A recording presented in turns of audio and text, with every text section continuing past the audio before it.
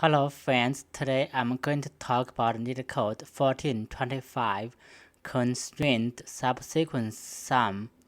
The problem is that given an integer array nums and an integer k, return the maximum sum of a non-empty subsequence of that array, such that for every two consecutive integers in this subsequence is satisfied, the condition of this consecutive integer in the sequence is defined as two numbers I and number j, where in the I less than j and the j minus I less than equal to less than and equal to k.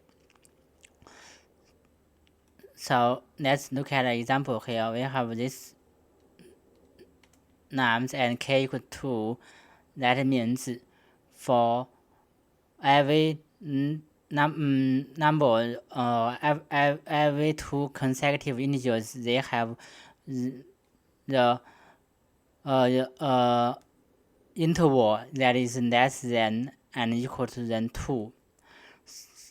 We are going to delete some element and also make them a consecutive subsequence. So we are going to return the maximum sum of this subsequence. For here, the maximum sum is 10, and the subsequence is 10, 2, 5, 20. And we can see that 10, 2 has this interval, its index is 1, and this 2 and 5 has index interval is 2, and 5 and 20 is index is 1. See, all the interval condition is less than 2. So this is the condition of the subsequence.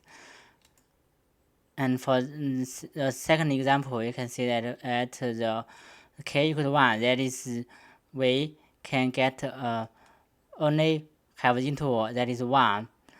We can have the minus 1 or minus 2 or minus 3 or minus 1 plus minus 2 as the answer, minus 2 plus minus 3 as the answer, or all these 3 as the answer. So the minus 1 is the maximum subsequence they can find, and so on. Let's look at how to solve this problem. So we can see that we have this example.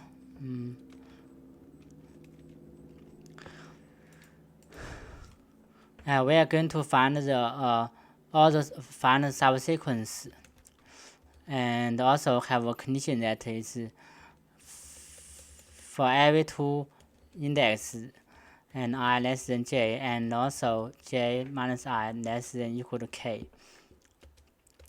If with k equal to 1, we can say that is just a normal subsequence sum. We will find every continuous subsequence that is actually called subarray, right? And if k is not bigger than 1 here, we will need to decide we need to jump and find the conditions that is satisfied. For here is that, for example, we can find the 10 and also the 2 that is satisfied, because the plus, when they plus together is 12. And here is minus 10. We do not want plus because it will decrease the final answer 12. So we will plus 5, and this get the answer is 12 plus 5 is 7. And then we will look at the 20.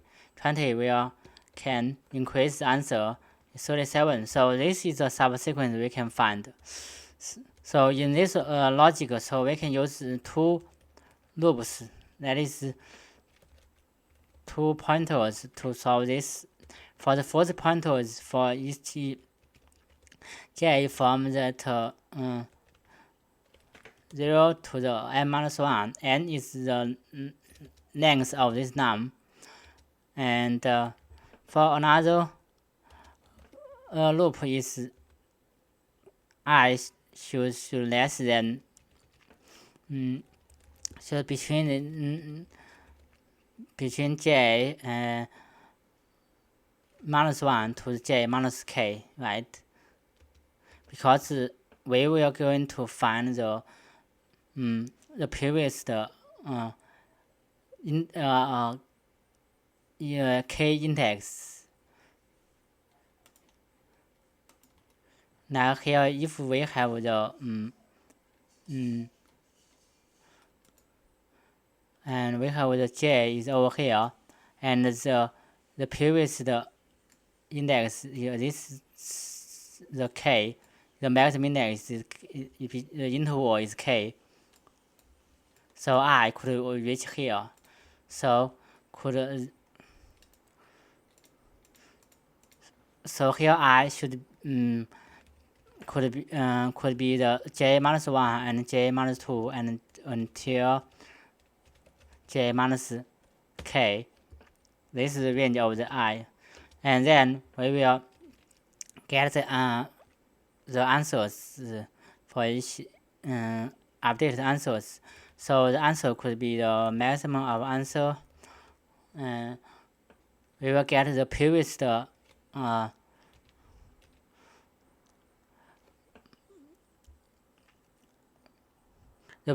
previous maximum here for each answer. So here, if we want to solve it, we have to define a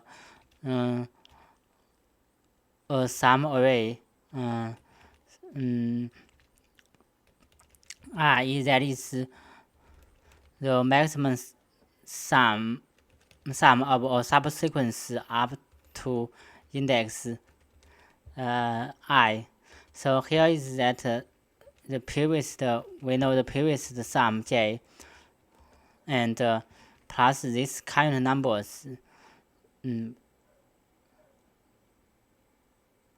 Current numbers I. Now should be the number. Should be num j here. This should be num I, because we have to get the maximum, the previous sum plus the current j, and all the nums j. So this is the conditions if we use the two loops. So actually, this is a dynamic programming problem, because why? Because it has two properties that is satisfied. And first, if we have figured out the if we select 10 as the answer, the rest is a sub-problem again. The 2 minus 10, 5, 20 is a sub-array. That is a sub-problem here.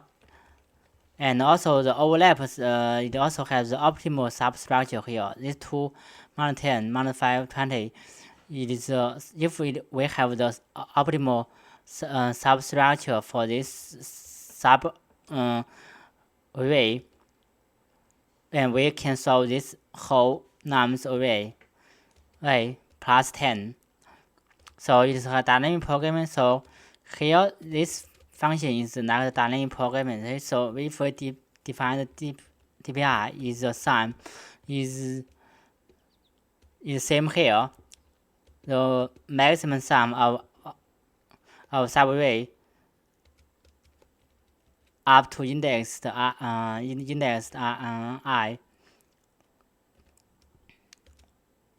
Maybe it's better to use index j here to be consistent with the problem description. So here dpj should be the max dpj, and also dp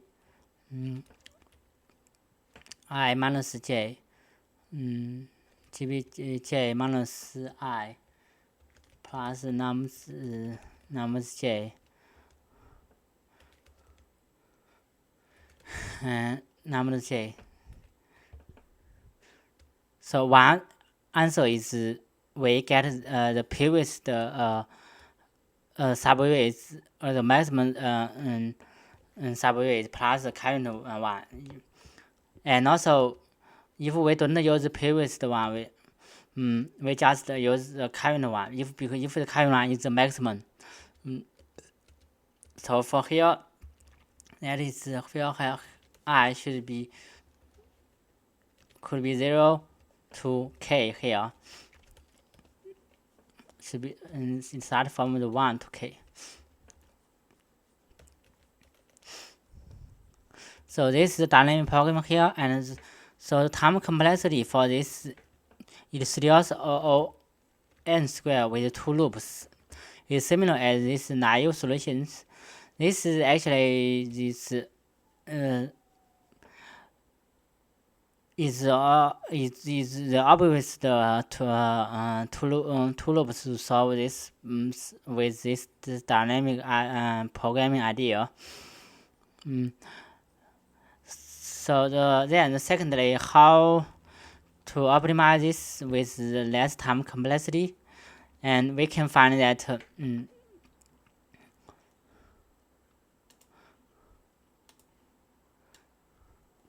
let me draw a line here, and for each j, we know that we have to find the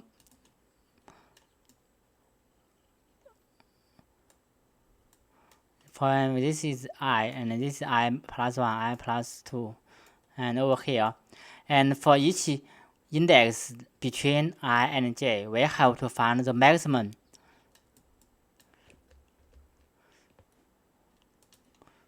We have to find the maximum dp j minus 1, dp j minus 2, until dp j minus k. That is here. That is dpi. We have to find the maximum of these two of these values and plus the current numbers j, right? So this has a property that whether we can find the maximum fast and efficiently while we loop, while we use one loop. That is we traverse the array. When we traverse the array, whether we can find the maximum of the previous answers fast and efficiently. Yes, we can do it.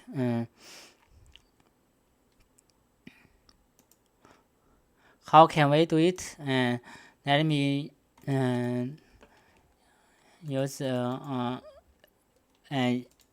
example to explain here. We can use the monotonic DQ or stack to solve this kind of problem. That is, this is actually a pattern. That is, if we have to find the mean or the maximum peak for some range of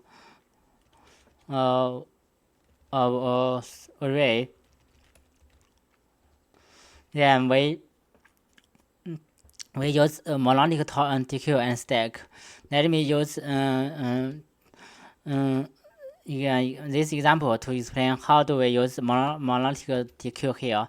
And here we want to find the maximum peak, so we use a non increases Q here. The increasing Q, we want to store store the maximum value in the first index, the Q0. So for example, we define a DQ as initialize as the first initialize as the first element in this num. So here now q equals 10, right? And then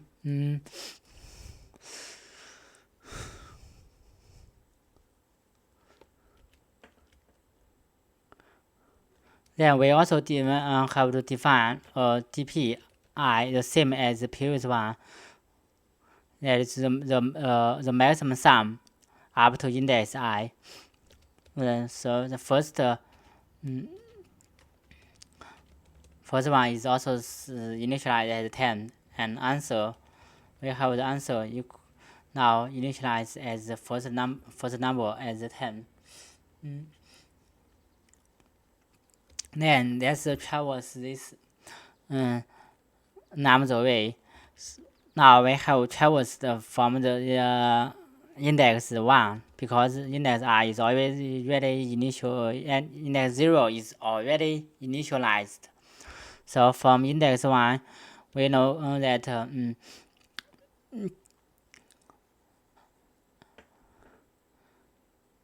and we first need to update the queue because we want to put the not we need to update first update the DP, not the queue, because we want to get answers.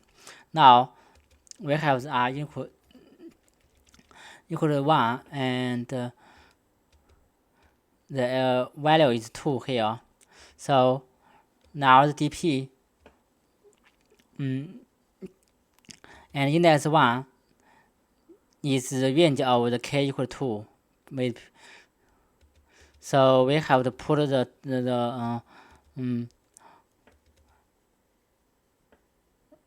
have to put we have to update the DP. So now DP is 10. This is the previous maximum is 10. 10 plus 2 is 12. So now it's 10 plus 2 is 12. Now DP is 12. That means that up to index 1, we have the 10 plus 2 is 12. And after that, we have the 12. We know that 12 is the maximum so far. We have to compare with 10 with 12. 10 is smaller than 12 because it's a non-increasing queue. So we have to remove from the queue and put the 12, remove 10 from the queue and put the 12 into the queue. Now 12 is the unique value in the queue, which is the maximum which is the maximum sum so far. And now the answer is already 12 because 12 is the maximum here. And next, if I equal to 2, we have the elements minus 10, and we can see that minus 10 plus 12 is 2. So we have to update the DP is 2 here, and because DP2 is smaller than 12, so we put it into Q, and here we update the answer. Answer is still 12.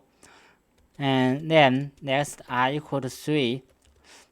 We have the 5, and 5 plus this the maximum of the previous one 12 is 17. So we have put 17 here. At this time we also need to judge whether this I, because I equal to 3, so k equal to 2. So here I minus k equal to 1, then minus 1 because equal to 0. So that means that the index 0 should be not considered, and we know that dp here dp0 is not equal to the q0. That means that dp0 is not the value we used to get the maximum sum. So there's no problem here.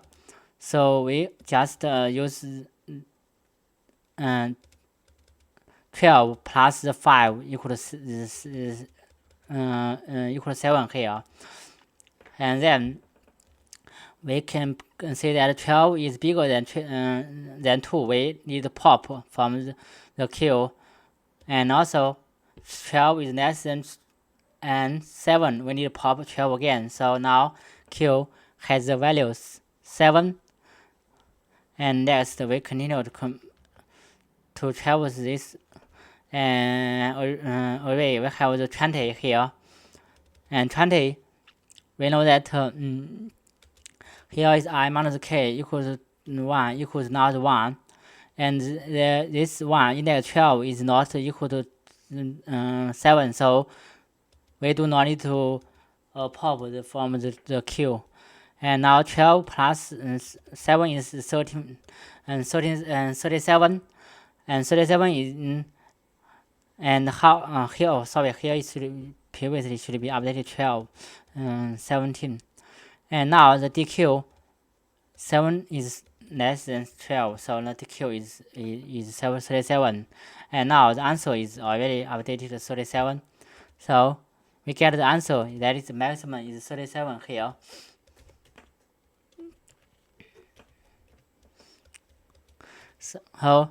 So in this way, we use the non-increasing queue, and also we store the maximum in the Q0. It is the maximum sum here, and we need to also to update the DP during this process. So in this loop, we use we need to decide when we need to pop from the queue, and when we need to store in the queue, and also when we need to update the DP and the answer. And the third is we need to also to judge this I minus k minus 1 whether the k condition is satisfied, whether the Q0 should be popped, because if the Q0 is out of the range of this I minus k minus 1. Let's consider write the code now. So let's write the code. First, we consider some conditions, and let's define the length of this num, and do some initialization.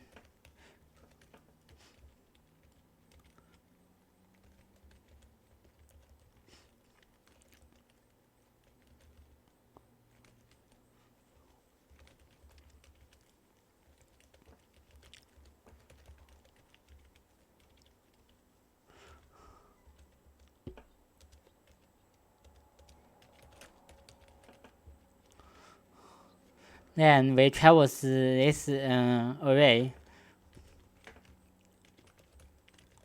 from 1 to n. Then here we first we need to decide whether the Q0 is the maximum within the j minus I less than k range.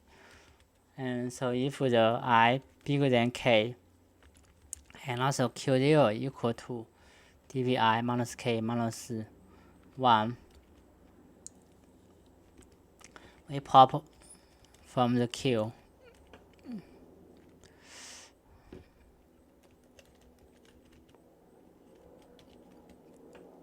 And then we update the DP.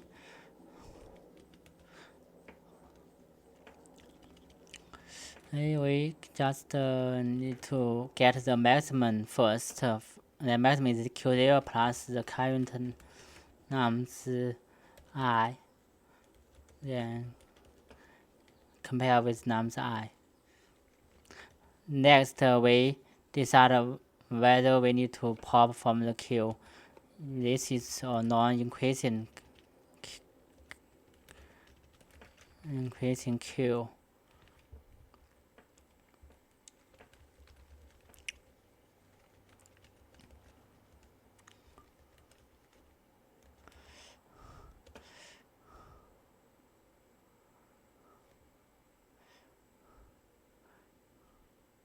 It probably we probably we use decreasing queue is better, because if it's equal, we can also need to, it's better to pop from this queue. So we pop from the last element, use a while loop. This is the k pattern to implement the monotonic queue or stack.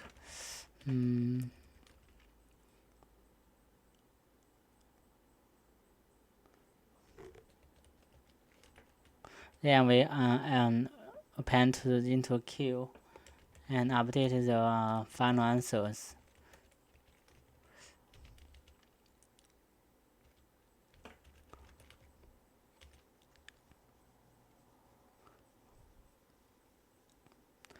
So generally, in this should be takes the time complexity is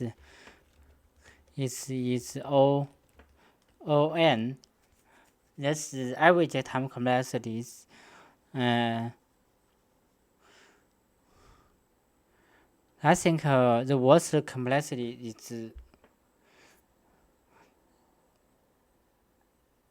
is still is O(n) square. No, it's if we use while loop, every time we need to pop one. That is still O(n) time. That's because we do not need to pop n elements from each iteration.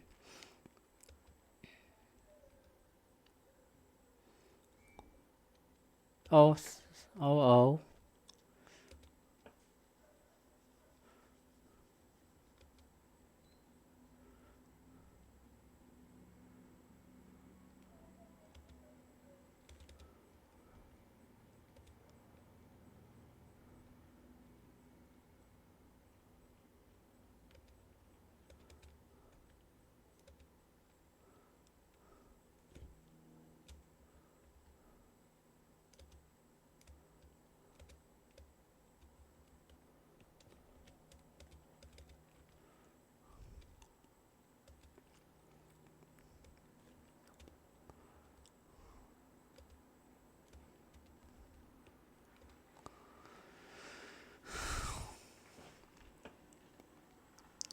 Yeah, we made it.